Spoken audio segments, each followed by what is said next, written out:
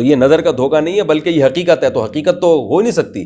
لاٹھی کو سانپ تھوڑی بنایا جا سکتا ہے, کوئی آج تک سائنسدان نہیں بنا سکا, یہ کام ہو ہی نہیں سکتا, ممکن ہی نہیں ہے.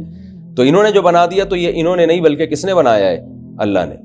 تو بہرحال انہوں نے, فرشتوں نے آ کے ان کو جادو کا کیا بتایا کہ بھی جادو میں کیا ٹرک ہوتی ہیں, کیا چیزیں استعمال ہوتی ہیں, تاکہ جب کوئی پیغمبر آئے تو فوراً پتہ چل جائے کہ یہ کیا ہے, یہ معجزہ ہے, یہ جادو نہیں ہے. تو ان نالائقوں نے, میں اب ترجمہ کر دیتا ہوں, نالائقوں نے کیا کرنا شروع کر دیا. فرمایا شیاطین جس چیز کو فالو کرنے لگے تھے نا سلیمان علیہ السلام کی, کیونکہ شیاطین ہی ان جادو اور ان ٹونوں میں پڑتے ہیں. جنات جادو کی ایک دوسری قسم ہے جس میں جنات سے کام لیا جاتا ہے. وہ کام ایسے لیا جاتا ہے کہ جنات کو, جو شریر جنات ہیں ان کو خوش کرنے کے لیے کچھ بہت ہی گندے کام کیے جاتے ہیں.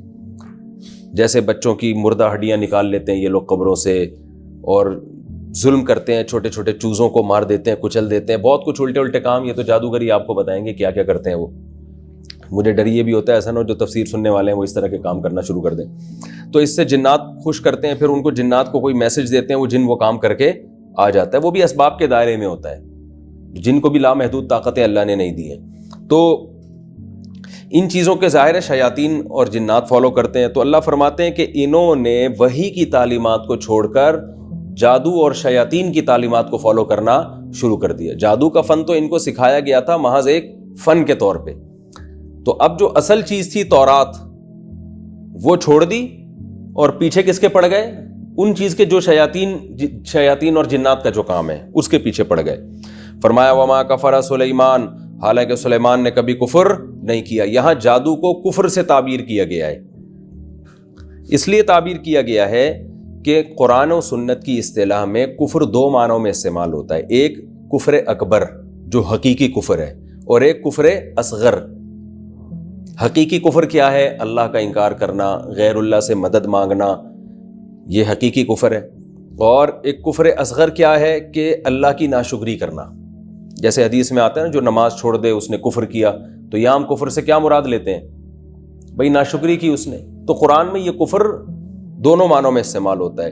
لیکن فقہا کی ٹرم کیا ہے؟ اصطلاح میں کافر اسی کو کہیں گے جو حقیقت میں کافر ہو, ورنہ عمل کے لحاظ سے تو بہت سے مسلمان بھی کافر ہیں نا. کافر کا مطلب ناشکرے ہیں. تو اس لیے قرآن میں کفر کے دونوں معنی استعمال ہوتے ہیں. تبھی قرآن میں آتا ہے وَمَن لَّمْ يَحْكُم بِمَا أَنزَلَ اللَّهُ فَأُولَٰئِكَ هُمُ الْكَافِرُونَ. جو اللہ کے فیصلوں پر فیصلہ نہ کرے وہ کافر ہیں. تو اس لحاظ سے تو ہماری ساری عدالتیں کافر ہو گئیں, ٹھیک ہے نا.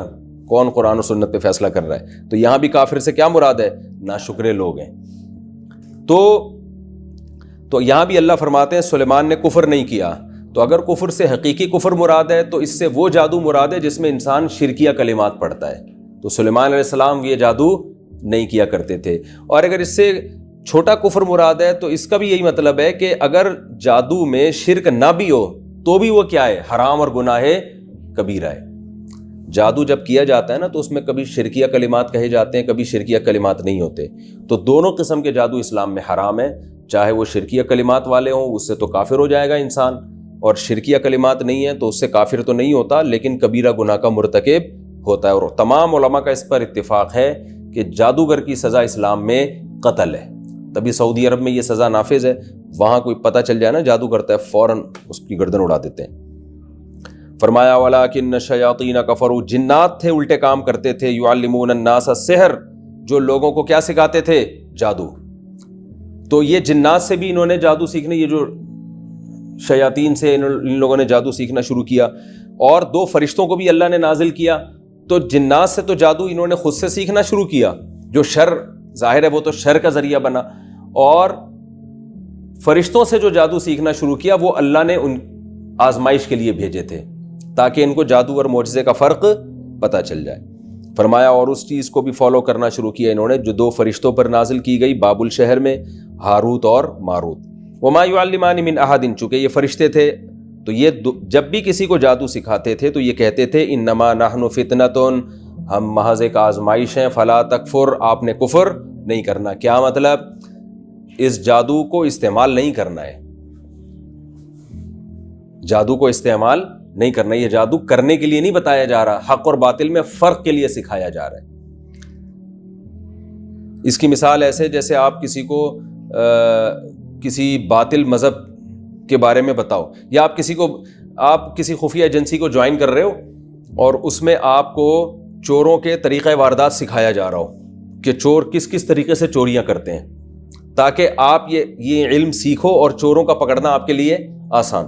آپ نے وہ جب 20 طریقے چوری کے سیکھے تو آپ نے کہا زبردست یار، اب میں تو باقاعدہ چوری کا ایک ڈپارٹمنٹ کھولتا ہوں، ادارہ کھولتا ہوں، ٹھیک ہے نا، اور اس میں اب تو میں چوروں کو اسپیشلسٹ بنا سکتا ہوں۔ آپ نے اپنا پورا بزنس شروع کر دیا اس پہ۔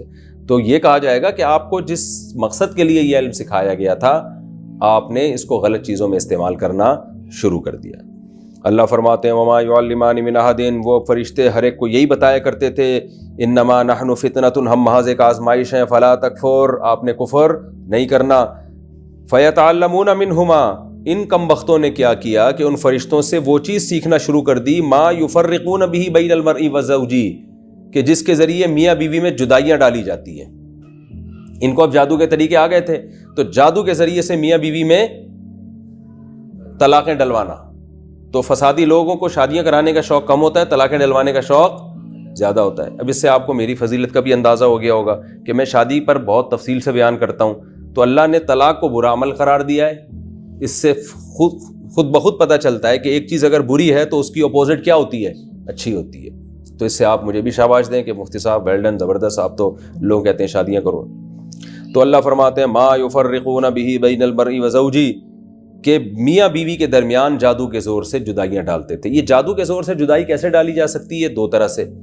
ایک تو یہ شعبدے بازی کے ذریعے، شعبدے جیسے نظر کے دھوکے ہوتے ہیں نا، جیسے یہ میجک شو آ رہے ہوتے ہیں یوٹیوب میں، نظر کا دھوکا ہوتا ہے نا، ٹانگیں کٹ کے ادھر چلی گئیں پھر دوبارہ جڑ رہی ہیں اور آستین سے کبوتر نکل آیا۔ تو نظر کا دھوکا کر کے بیوی کو ایسی چیز دکھائی جا سکتی ہے جس سے وہ شوہر کے بارے میں غلط فہمی کا شکار ہو جائے، حالانکہ وہ شوہر نے وہ کام کیا نہیں ہوتا، لیکن عورت کو نظر کا دھوکا ہوتا ہے۔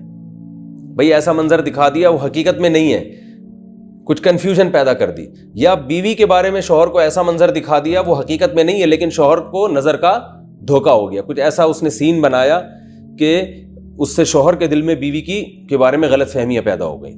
یہ بھی طریقہ ہے۔ دوسرا مسمیرزم بھی جادو کی ایک قسم ہے کہ دماغ کو جو ہے نا کیا کر لیتے ہیں، مسمیرزم کے ذریعے قابو کر لیتے ہیں، پھر اس دماغ میں اپنی مرضی سے خیالات ڈالے جاتے ہیں، تو اس طرح سے بھی غلط فہمیاں پھیلائی جاتی ہیں۔ اور تیسرا طریقہ جادو کے ذریعے، جنات کے ذریعے بھی کام لیا جاتا ہے۔ وہی جو میں نے آپ کو بتایا کہ وہ کچھ جنات کو خوش کرنے کے لیے کچھ الٹے کام کیے جاتے ہیں، پھر ان کو کوئی میسج دیا جاتا ہے، پھر وہ جنات جا کے غلط فہمیاں پھیلانا شروع کر دیتے ہیں۔ سمجھ رہے ہیں؟ اس لیے میاں بیوی کو چاہیے کہ آپس میں جو ہے نا ایک دوسرے سے بلا وجہ بدگمان نہ ہوا کریں۔ چھوٹی موٹی چیزوں سے لوگوں کا کام کیا ہوتا ہے؟ لڑوانا ہوتا ہے۔ تو وہ اپنی ضرورت کو دیکھ کے، بلکہ میں تو لوگوں کو یہ مشورہ دیتا ہوں کہ میاں بیوی کو چاہیے کہ اپنی ازدواجی زندگی میں کسی تیسرے کو گھسنے ہی نہ دیں، کسی کو بھی دخل اندازی کی اجازت نہ دیں، حتیٰ کہ اپنے قریبی ترین رشتہ داروں کو بھی نہیں۔ تو کامیابی زندگی گزرے گی۔ آپ نے کسی کو زیادہ لفٹ کرانا شروع کر دی تو خیر کا آج کل غلبہ کم ہے، شر کا غلبہ مارکیٹ میں زیادہ ہے۔ وہ الٹی باتیں کر کے آپ کے گھروں کو کیا کر دیں گے؟ فساد ڈلوا دیں۔ تو اس آیت سے بھی پتہ چلتا ہے کہ یہ کوئی اچھا کام نہیں ہے۔ اللہ فرماتے ہیں میاں بیوی میں لڑوا دیا کرتے تھے اور طلاقیں دلوا دیا کرتے تھے۔ وما هم بضارین بہ من احد الا باذن اللہ۔ اب ایک اشکال کا جواب ہے کہ اچھا جادوگروں کے پاس اتنی طاقت ہوتی ہے کہ طلاقیں بھی ڈلوا دیتے ہیں، تو پھر تو اب لوگ تو جادوگروں کو بڑا پروٹوکول دیں گے نا کہ یار جیسے مرضی ہیں لیکن پاور بہت ہے۔ تو اللہ فرماتے ہیں کوئی پاور نہیں ہے، اللہ کا اذن ہوتا ہے، بعض دفعہ تو جادو کامیاب ہو جاتا ہے، تو اس میں اللہ کے ارادے کا دخل ہوتا ہے، اس لیے ان کو زیادہ پاورفل سمجھنے کی ضرورت نہیں ہے۔ دیکھیں ہر کام اللہ کے اذن سے ہوتا ہے نا، لیکن ہر کام میں اللہ نے یہ نہیں بتایا کہ اللہ کے اذن سے ہوتا ہے، ہوتا تو ہے۔ یہاں اللہ اسپیشل اپنی صفت کو ہائی لائٹ کر رہے ہیں کہ یہ کسی کو نقصان نہیں پہنچا سکتے جادوگر جب تک اللہ کا اذن نہ ہو۔ تو اس لیے کہ جادو ایک ایسا سبب ہے جو کمزور سبب ہے، کیونکہ جادوگروں کے پاس اگر اتنے اختیارات ہوتے نا تو یہ تو طلاقیں دلوا کے پورا معاشرہ تباہ کر دیتے۔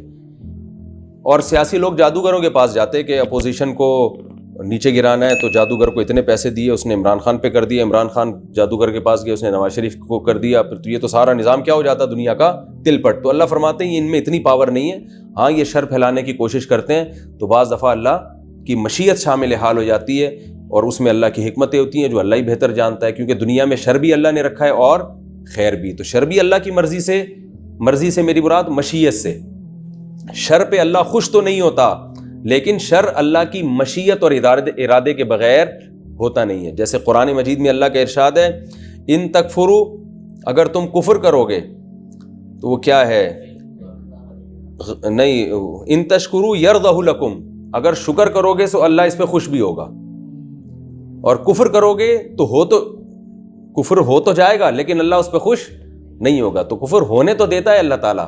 اب جیسے ہندو بتوں کی عبادت کرتے ہیں تو اللہ کی مشیت کے بغیر یہ ممکن تو نہیں ہے نا، اللہ چاہے تو روک لے، لیکن اللہ چاہتا ہے کہ دنیا میں سب کچھ چلتا رہے، شر بھی چلے اور خیر بھی، تو اللہ کی مرضی اس میں بھی شامل حال ہوتی ہے، لیکن اللہ اس پہ خوش نہیں ہوتا۔ تو اللہ فرماتے ہیں جادوگر یہ جو کچھ کر لیا کرتے تھے یہ کسی کو نقصان نہیں پہنچا سکتے جب تک اللہ کی مرضی شامل حال نہ ہو۔ تو اس میں دو علمی نقطے بیان کرنا مقصد ہے، ایک تو یہ کہ جادوگروں کو بہت زیادہ پاورفل سمجھنے کی ضرورت نہیں ہے، دوسری بات یہ کہ اللہ کے اذن کے بغیر نہیں ہے، تو اللہ سے تعلق مضبوط کر لو تو جادوگر آپ کو نقصان نہیں پہنچائیں گے۔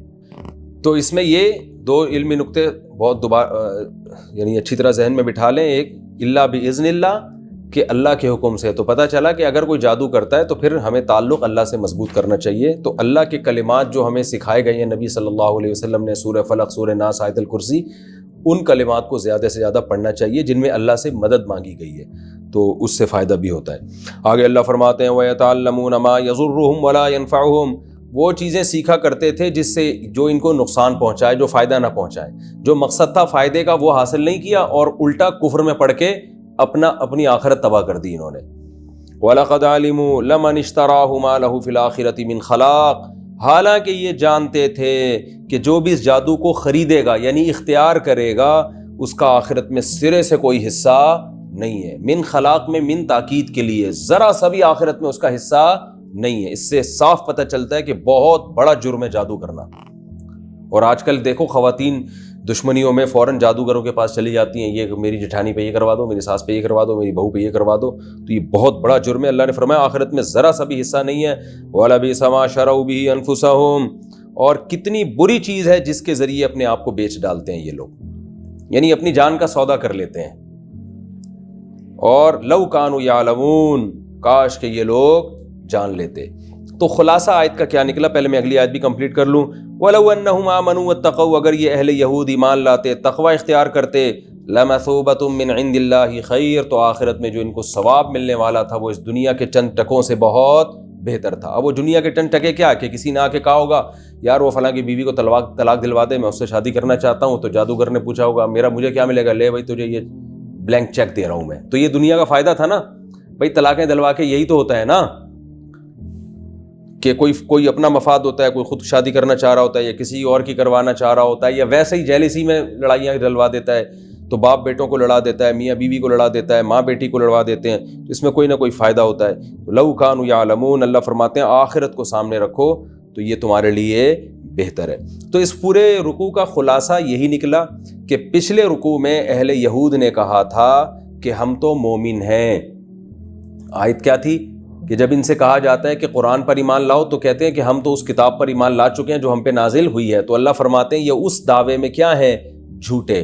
انہوں نے ہمیشہ نیگیٹو چیزوں کو زیادہ لیا ہے اور پازیٹیو چیزوں کو نظر انداز کی۔ جو چیزیں ان کو دی گئی تھی فائدے کے لیے وہ بھی انہوں نے دنیاوی مفاد کے لیے حاصل کی ہیں، اور اس کا مصداق آج وہ باطل علماء ہیں جو دین کا لیبل لگا کے پیسہ کماتے ہیں، غلط گائیڈ کر کے لوگوں کو۔ اور میں سمجھتا ہوں آج کل کے روحانی عاملین اس آیت کا سب سے بڑا مصداق ہے کہ آیت الکرسی، سورہ فلق، سورہ ناس، یہ آیتیں جن مقصد کے لیے نازل ہوئی ہیں نا، تو ان لوگوں نے اس مقصد سے ہٹا کر ان آیتوں سے لوگوں کو بیوقوف بنا کے اپنے باقاعدہ دھندے چلانا شروع کر دی۔ آپ جو بھی روحانی عامل کے پاس جاؤ وہ کہے گا میں یوں کر دوں گا، میں یوں کر دوں گا۔ دلیل کیا ہے؟ کیا قرآن میں اللہ نے شفا نہیں رکھی؟ دلیل کیا دے گا؟ کیا قرآن میں اللہ نے شفا نہیں رکھی؟ اللہ کے کلام میں بڑی شفا ہے، لاؤ جی 1 لاکھ روپے کا چیک نکالو، یہ آیت میں پڑھوں گا ٹھیک ہو جاؤ گے۔ اللہ کے کلام میں شفا ہے، لیکن یہ کون سی حدیث میں لکھا ہے کہ وہ تو پڑھے گا تو شفا ملے گی، وہ فلاں مولوی صاحب پڑھیں گے تو نہیں ملے گی شفا، یا خود پڑھے گا تو نہیں ملے گی؟ یہ کہاں لکھا ہوا ہے بھائی؟ پھر یہ کہاں لکھا ہوا ہے کہ یہ والی آیت اتنی دفعہ اتنے بج کے اتنے منٹ پہ 335 دفعہ پڑھو گے تو یہ ہو جائے گا، 336 دفعہ پڑھو گے تو یہ کہاں لکھا ہوا ہے؟ یہ جتنے روحانی ٹوپی ڈرامے ہیں آپ دیکھو نا, انہوں نے پورے پورے وظیفوں کے رسالے نکالے ہوئے ہیں. کسی کی اولاد نہیں ہو رہی, سورہ مزمل اتنی دفعہ پڑھے تو اس کی اولاد ہو جائے گی, اتنی دفعہ پڑھے تو اس کی شادی ہو جائے گی. کہاں لکھا ہوا ہے یہ سورہ مزمل کا, اس سے کیا تعلق ہے؟